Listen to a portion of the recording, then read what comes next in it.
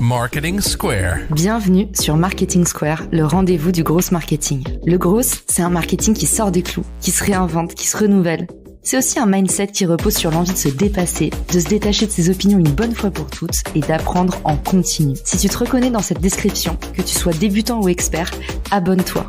Ce podcast va devenir ton meilleur allié. Ce podcast est rendu possible par Refer, une application que j'ai lancée pour vous permettre d'activer et de monétiser vos réseaux. Pour découvrir la pépite, rendez-vous sur refer.social. L'application est disponible gratuitement sur tous les stores. On se voit de l'autre côté. Bon épisode. Bonjour à tous et bienvenue dans ce nouvel épisode de Marketing Square. Je suis accompagnée de Mathieu Poulain qui est Sales Coach et aujourd'hui, il va nous dévoiler la petite méthode, la recette miracle pour pouvoir bien organiser son pré-call client. Salut Mathieu, comment ça va ? Salut Caroline, merci pour l'invitation. Je suis ravi d'aborder ce sujet-là avec toi parce que c'est un sujet qui est rarement traité en fait, la préparation de sa présentation. Et souvent, on oublie de se fixer un objectif à un meeting client. C'est-à-dire que je vais à un meeting client, on sait fixer son objectif pour une vente ou pour un projet, son unique selling proposition, mais on ne sait pas le faire pour une réunion. Et ça, c'est très important.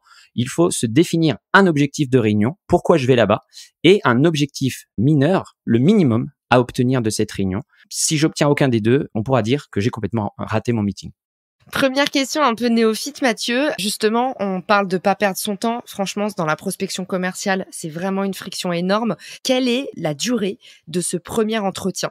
Quand on fait une pré-call avec une personne, ça doit être quelque chose d'assez informel. En fait, l'objectif de la pré-call, c'est d'appeler une personne avec laquelle on a déjà eu contact. Donc, ça va être 5 minutes pour confirmer l'audience présente à la réunion et pour confirmer les attentes vis-à-vis de cette réunion. C'est-à-dire que on pose une question ouverte au client en demandant quelles sont vos attentes vis-à-vis de cette réunion.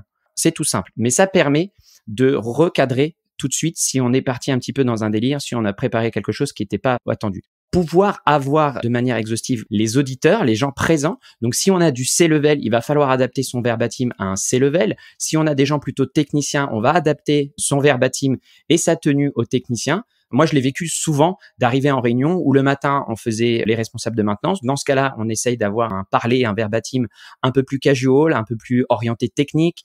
Et puis, l'après-midi, on se retrouvait avec des décideurs. Et là, il faut reprendre un petit peu son costume, sa stature de personne importante et qui s'adresse à une personne importante. Voilà. Et du coup, est-ce qu'il y a des différences de code, justement, pour cet appel ? Est-ce que tu préviens avant ? Est-ce que tu fixes rendez-vous par email ? Est-ce que tu appelles en direct ? Comment ça se passe ?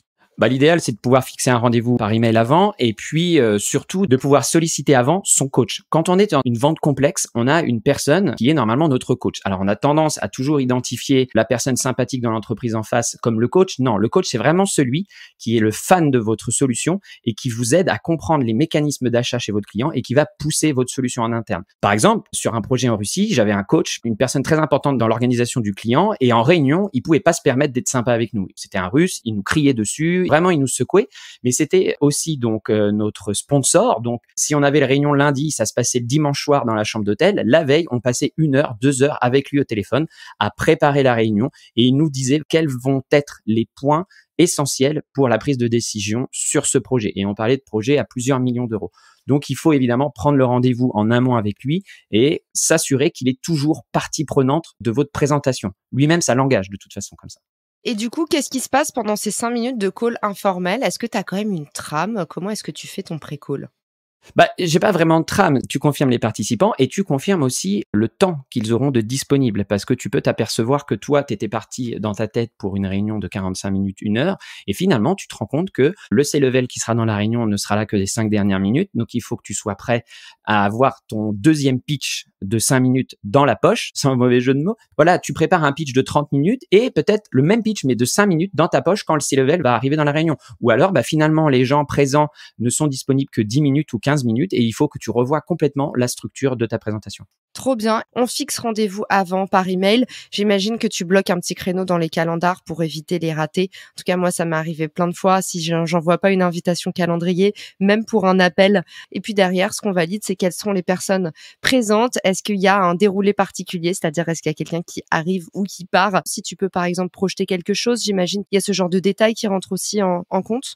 C'est tout à fait juste. Tu demandes un petit peu la partie hardware, comment ça va se passer pour pas être pris au dépourvu. Et puis, quand tu es dans une vente à l'international, il faut pas hésiter, dans ce cas-là, peut-être aussi à demander quels sont les codes qui sont applicables dans le pays où tu vas. Par exemple, si tu vas en Norvège, ça sert à rien d'arriver 30 minutes à l'avance pour papoter dans le couloir avec les participants. Ça, de toute façon, ils ne le feront pas. Chacun arrive à l'heure et repart à l'heure. Si tu vas aller faire ta réunion en Russie, tu vas arriver 1 heure avant pour pouvoir passer les checks contrôle, pour pouvoir rentrer, faire la paperasse, etc., etc. Et enfin, il y a des pays, par exemple en Espagne, où tu vas passer peut-être 20 minutes dans le couloir à la machine à café, à discuter avec les gens avant pour briser la glace. Même en Angleterre, ça aussi, c'est très bien vu. Le petit thé dans la tasse en carton pour détendre l'atmosphère et faire le icebreaker avant. Mais si tu ne le sais pas et si tu as un doute, c'est le moment peut-être de poser la question des codes et des us et coutumes du pays où tu vas. Trop bien. Et du coup, ce call, tu recommandes de le faire combien de temps avant le rendez-vous? Je pense qu'il faut pas le faire trop tard, parce que si tu dois revoir ta présentation, et on a tous connu ça, les présentations refondues dans la chambre d'hôtel jusqu'à pas d'heure. Avant la présentation, il faut bien dormir, il faut être reposé. Et souvent, les voyages aussi peuvent être fatigants, donc évitez le rush de dernière minute. Donc faites cette réunion peut-être 48 heures ou 72 heures avant la réunion. Et vous allez voir, franchement, vous allez passer pour quelqu'un de très professionnel. La personne va beaucoup apprécier que vous preniez le temps de l'appeler et de préparer cette réunion avec elle.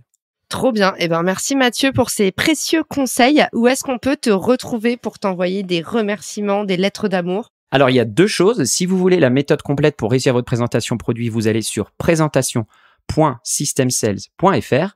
Et puis, si vous voulez m'envoyer un message, LinkedIn ou l'email contact@systemsales.fr. Merci Mathieu et à bientôt dans le podcast. Ciao! Si cet épisode te plaît, tu peux le partager en me taguant ou lui laisser 5 étoiles sur Apple Podcast. Marketing Square.